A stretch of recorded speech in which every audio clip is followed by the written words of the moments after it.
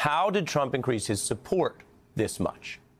He made inroads in groups that have been Democratic voters, going from about 32% of the Latino vote to 45%. That's a 13-point jump. It's a major shift reflected across the country. It was even higher in some key states where Trump campaigned. He won 50% of the Latino vote in North Carolina, 58% of it in Michigan. It's the first presidential race since abortion bans became law, but Donald Trump's coalition actually improved a bit among women, going up 3, even as he ran famously against this woman candidate. Trump is now the oldest candidate to win the White House, yet he intensely and repeatedly targeted young men and newer, younger mediums like digital media and podcasts. And he cut into the typical youth support that Democrats enjoy, improving about 6 points with voters under 30. And finally, a look at how Trump did this requires something. And it requires that we look at the entire map beyond the swing states, because what you see here in total, and obviously it's all a lot of little indicators, but when you see it in total, much of the country moved towards the GOP, including in states like New York and New Jersey. You're looking at those arrows that show counties going towards Republicans, and you'll notice very little blue in the other direction. That's how Trump's winning coalition came together. Now, why? Why did he win those and other groups over? The answer matters for understanding reality, as reality really is. And in politics, the answers that people embrace matter a lot because they shape power and how others respond for even years to come. If everyone thinks a candidate won because his closing message denigrated Puerto Rico or because he acted bizarre on stage, then other candidates, notice the comparison here, will mimic that as a winning strategy, just as Trump's red MAGA style is echoed right down to the red tie by his political wannabes. So politicians often claim any victory is a mandate for their entire agenda. Then the actual governing begins, and some things are harder to enact than others. So why did Trump win this election? I just told you why the answers to that matter, but why did he win based on what voters did and said? Many voters said their top issue was the economy. It came second only to democracy, which, of course, was Harris's closing message, and it handily beat abortion, as you see here in the new numbers. Abortion was a vital issue for many, but it did not eclipse high prices and economic disruptions. And in a race that ran about 50 to 47, so pretty divided, take a look at this. 68% of voters came together on the view that this economy is poor or not so good. When you take the political question that Republicans first used against a one-term Democrat, you might remember, are you better off than you were 4 years ago? Trump asked that a lot. 46% say worse off, only 24% say better, 30% about the same. That echoes numbers we've reported on before the election about how most Americans think we are on the wrong track. And while Biden and Democrats did try to talk people out of that view, the reality they felt they were living, and pitch data on inflation fading a bit, which it was, one of the most striking findings in the electorate Tuesday is not about Biden or Trump's policies. It's not some embrace of everything Trump ever said or pitched. It's an electorate reeling from the hardship of high prices and inflation to a degree that many elites may not have experienced personally or always treated as a top issue. In just the last year, so not going all the way back to COVID or 2 years ago, in the last year alone, a majority said inflation caused them hardship, 22% saying severe. If you put that together in the numbers, as we discussed in our breaking election coverage on Tuesday night, 75% of voters feel that recent hardship from inflation. And Trump won those voters. He won those who said they faced severe hardship by 50 points. This trend goes well beyond the United States or Donald Trump. Voters have been booting incumbent politicians over exactly this issue, economic pain after COVID, around the world. This went on in what you could call inflation elections in democracies ranging from UK to Poland to Argentina to India to South Korea to South Africa. This has been a thing that has been well known in many places that have no Trump. So if you listen to the voters, that's the largest overriding reason.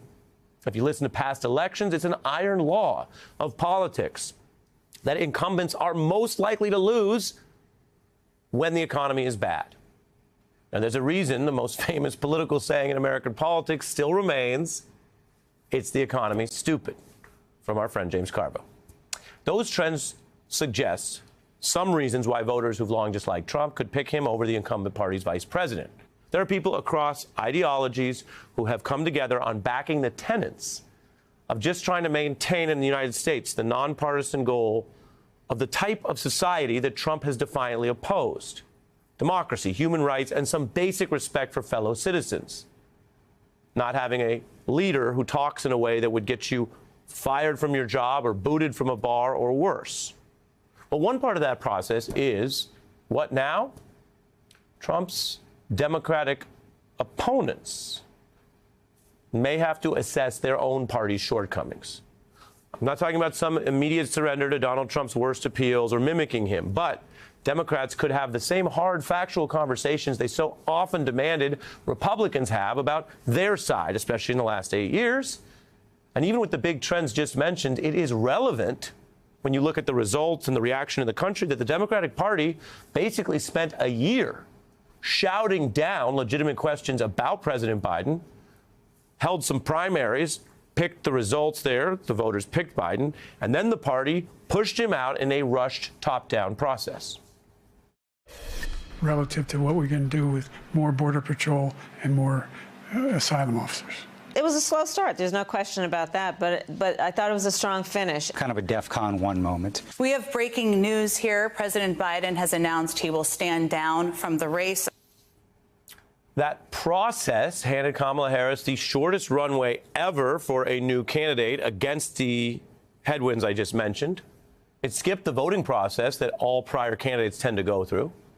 Democrats may find some value in exploring how they're losing ground with working people, young people, and some minorities. And even beyond the incumbent trends I mentioned, for those surprised that there is this MAGA plan and argument out there, surprised by how it sounds and what they're pitching and how it evolved and where it had appeal, well, that may come from ignoring people and information that was available.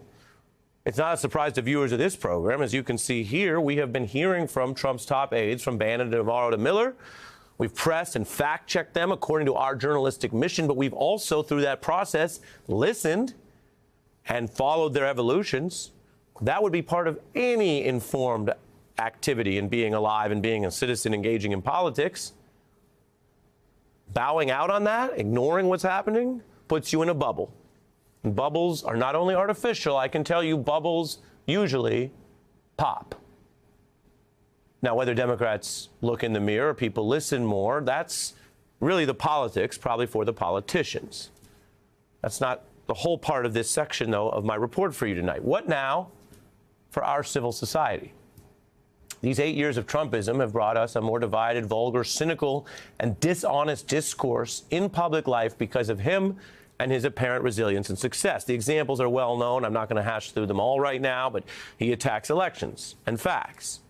He and his party attack voting rights, your very role in your democracy. And many may recoil from these election results or want to just ditch civic engagement. That's a choice. But that's exactly what they want. Remember, it's called voter suppression for a reason.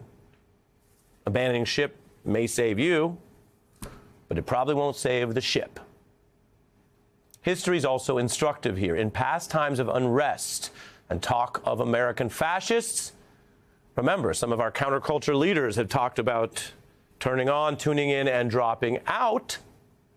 And that is, of course, your choice. But maybe a better course is just taking a break, getting perspective, and locking back in. In or out of office, Donald Trump also attacks forces that have the power to possibly check him. So if you give up on voting, which obviously has that power, or you give up on the independent press, that's a pretty compliant response to someone trying to get you and the public to do just that. He has a playbook against journalists.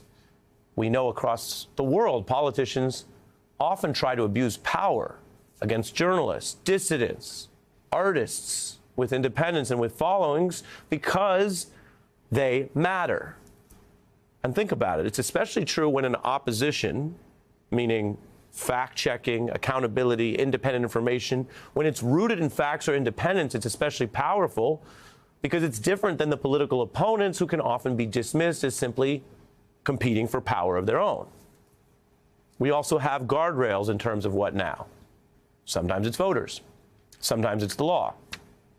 I'm not sugarcoating history that we lived through. Donald Trump did exploit loopholes well known to many about our legal systems, that the rich and the powerful can evade laws that still bind others, that they get all kinds of special treatment, and then his Supreme Court also granted him a new set of powers he may now test.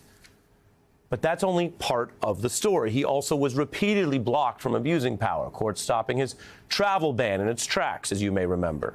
And when Trump did plunge into now proven convicted criminal plots, even though, yes, he was able to evade much for himself, his top aides were definitely held accountable, prosecuted, some imprisoned, as you see here, this very year.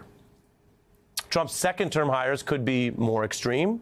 But remember, federal judges have life tenure. They can be a check. A president has no control over local and state courts or government in our federal system. And much of what I've said to you tonight is national in its nature, about the whole country, about the federal government. Many key tasks ahead are still at the local level. Your own school districts, your own libraries, your own local officials who are directly involved in your life that you might meet and spend time with regularly. That's not only a ripe area for civic engagement, could be more tangible and even less overwhelming for many people. So, maybe no one needs to do anything today, but even making a personal vow to at least reject that temptation, which is real, to drop out or prematurely surrender to the very apathy they want, that may be a start for you today. And as for what comes after that, I assure you, this is still a democracy, and we can still have a conversation and decide on what comes next together.